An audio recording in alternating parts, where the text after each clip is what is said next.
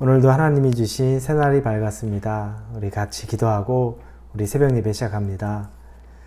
하나님 감사합니다. 하나님 주신 새날, 하나님의 숨결과 같은 말씀으로 시작합니다.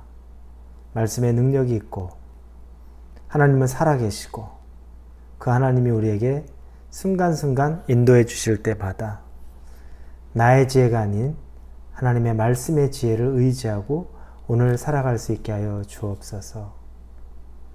성령님을 환영합니다. 기대합니다. 예수님의 이름으로 기도합니다. 아멘.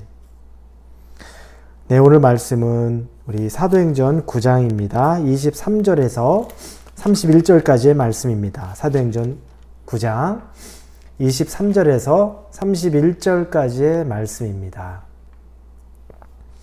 사도행전 9장입니다. 23절부터 31절까지 우리 같이 한 목소리로 읽겠습니다. 여러 날이 지나매 유대인들이 사울 죽이기를 공모하더니 그 계교가 사울에게 알려지니라. 그들이 그를 죽이려고 밤낮으로 성문까지 지키거늘 그의 제자들이 밤에 사울을 광주리에 담아 성벽에서 달아내리니라. 사울이 예루살렘에 가서 제자들을 사귀고자 하나 다 두려워하여 그가 제자됨을 믿지 아니하니 바나바가 데리고 사도들에게 가서 그가 길에서 어떻게 주를 보았는지와 주께서 그에게 말씀하신 일과 다메섹에서 그가 어떻게 예수의 이름으로 담대히 말하였는지를 전하는지라. 사울이 제자들과 함께해서 예루살렘에 출입하며 또 주 예수의 이름으로 담대히 말하고 헬라파 유대인과 함께 말하며 변론하니 그 사람들이 죽이려고 힘쓰거늘 형제들이 알고 가이사랴로 데리고 내려가서 다소로 보내니라.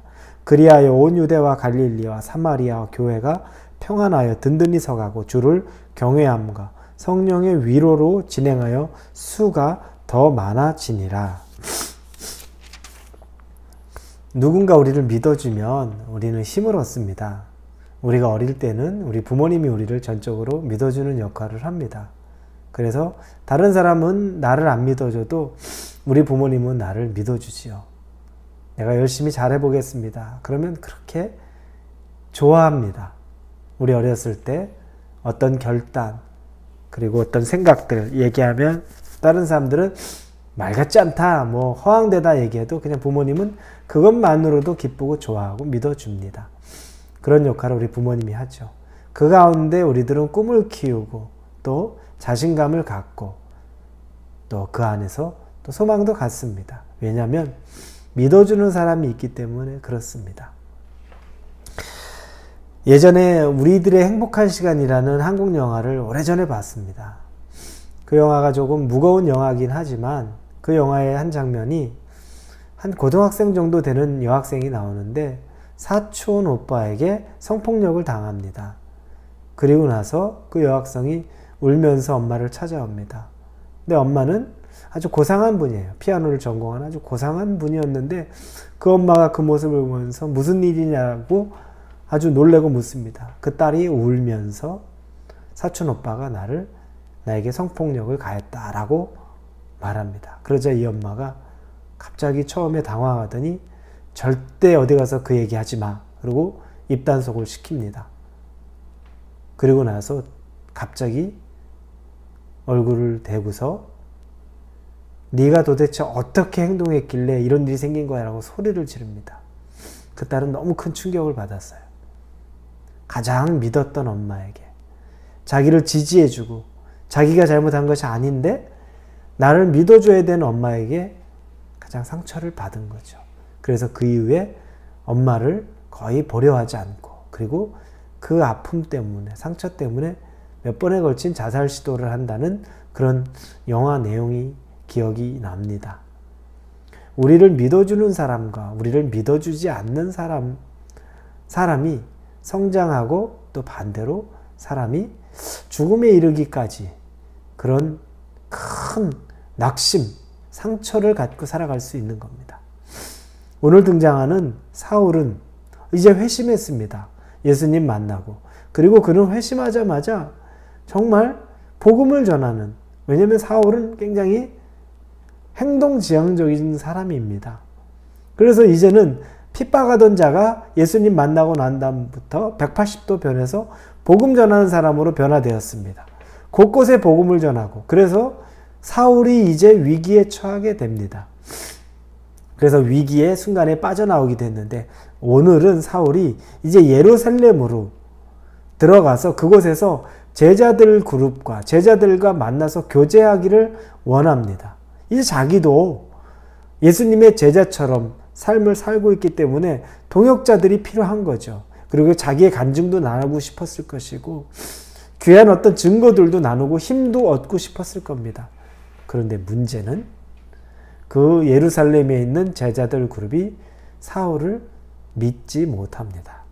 오늘 본문에 보니까 26절에 사울이 예루살렘에 가서 제자들을 사귀고자 하나 다 두려워하여 그가 제자됨을 믿지 아니하니 사울이 제자된 걸 믿지 못하는 겁니다. 왜냐? 그 사람은 그렇게 지독스럽게 초대교회, 기독교인들을 핍박하던 자이기 때문에 그 사람이 제자됐다는 걸 도저히 믿지를 못하는 겁니다. 제자들이 그렇게 믿지를 못했던 겁니다. 그런데 이때 등장하는 사람이 바나바입니다. 바나바는 이미 사도행전 4장 말미에 등장합니다.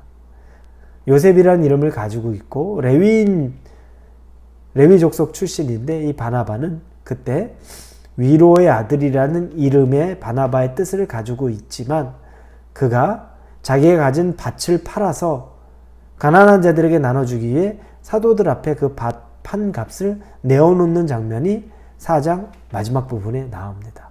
신실한 사람입니다. 누구나 인정하고 그를 존경하고 좋아하던 그런 신실한 사람이 바로 바나바입니다. 그 성품을 우리는 알 수 있죠.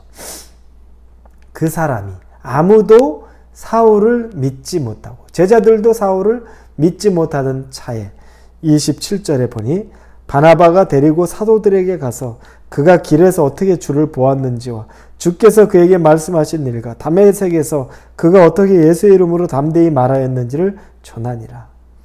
바나바가 사도들에게 사울을 직접 데리고 갑니다. 그리고 어떻게 사울이 예수님을 만났는지 어떻게 회심하게 됐는지 그리고 또 그가 예수님에 대해서 증거했던 일 등에 대해서 다 대신 보증을 서주는 거예요.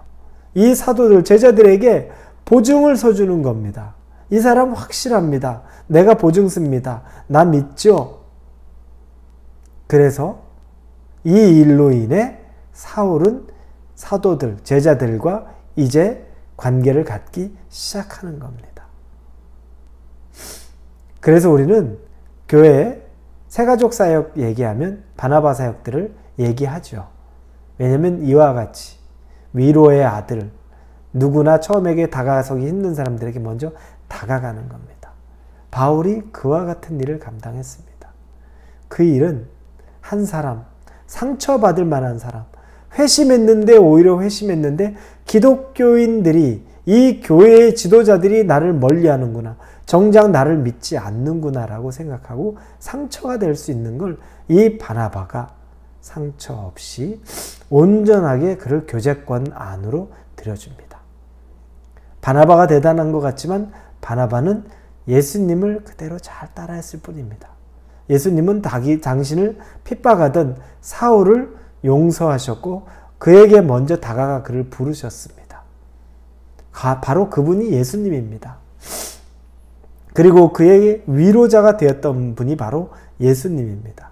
바나바는 예수님이 하셨던 것과 똑같이 했던 것 뿐입니다. 우리도 바나바가 존경스럽지만 우리도 예수님이 하셨던 걸 똑같이 본받아 그 일을 감당해야 합니다. 우리 주변에 아직 누구도 믿어주지 못하는 사람, 힘겨운 사람들에게 찾아갈 수 있고 믿어주고 보증을 서줄 수 있고, 보증이란 뭐 재정적인 보증을 얘기하는 게 아닙니다. 그 사람에 대한, 이 사람 믿을 만한 사람입니다. 이 사람에 대한 편견과 선입견 갖지 말아 주십시오라고 말해줄 수 있는 사람이 돼야 합니다.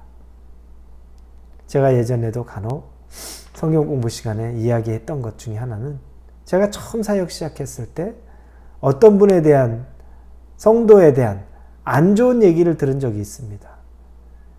저에게 알지도 못하는 분인데 그분에 대해 얘기하면서 안 좋은 얘기를 해요. 그래서 저는 몇 년간을 그분에 대해서 안 좋은 생각을 가지고 있었는데 한 4, 5년 지날 때쯤 돼 보니까 제가 알던 분하고 좀 달라요. 그래서 그때 제가 처음 저에게 그런 말을 했던, 그 다른 사람에 대해 안 좋은 말을 했던 사람에 대해 그렇게 마음속에 원망과 분노가 생기더라고요. 만약 그런 얘기 하지 않았으면 처음부터 이런 분과 좋은 관계를 시작할 수 있었을 텐데, 속마음 속으로 저 사람을 판단하고 저 사람과 거리 두려고 했고 가까이 가지 않으려고 했던 그 모습, 그 시간을 생각하니까 너무 속상한 거예요. 우리는 사람을 믿고 사람을 신뢰하고 그 사람에 대해서 편견과 선입견이 아닌 있는 그대로 지금의 모습으로 받아들일 수 있는 바나바와 같은 모습이 필요합니다. 그것이 곧 예수님의 모습이었습니다. 혹시 우리가 누군가를 판단하고 있습니까? 혹시 우리가 누군가를 정죄하고 있습니까? 그냥 있는 그대로 받아들이지 못합니까? 우리가 바나바의 마음으로, 그러면 한 영혼을 다시 세우는 겁니다. 사울을 정말 사울답게, 나중에 바울답게 세우는 큰 계기가 바나바 때문에 이루어진 겁니다. 그런 바나바와 같은 일을 할 수 있는 우리 교회 성도님들 되시기를 주님의 이름으로 축원합니다. 기도합니다. 하나님, 바나바를 보며 한 사람을 그냥 있는 그대로 지금 모습으로 믿어주던 모습이 참 귀합니다. 쉽지 않았을 겁니다. 그런데 자기가 책임지고 사울을 보증하며 사도들 앞에 데려가서 그를 위해 대신 증언해 줍니다. 이런 일을 기꺼이 감당했던 바나바 때문에 사울이 이제 공인된 제자로서 사역을 시작할 수 있었습니다. 한 사람이 믿어주는 사람이 한 영혼을 세울 수 있는 것, 그 한 사람이 우리가 되게 하여 주옵시고 우리 홀리웨이브 성도들이 되게 하여 주옵소서. 예수님의 이름으로 기도합니다. 아멘.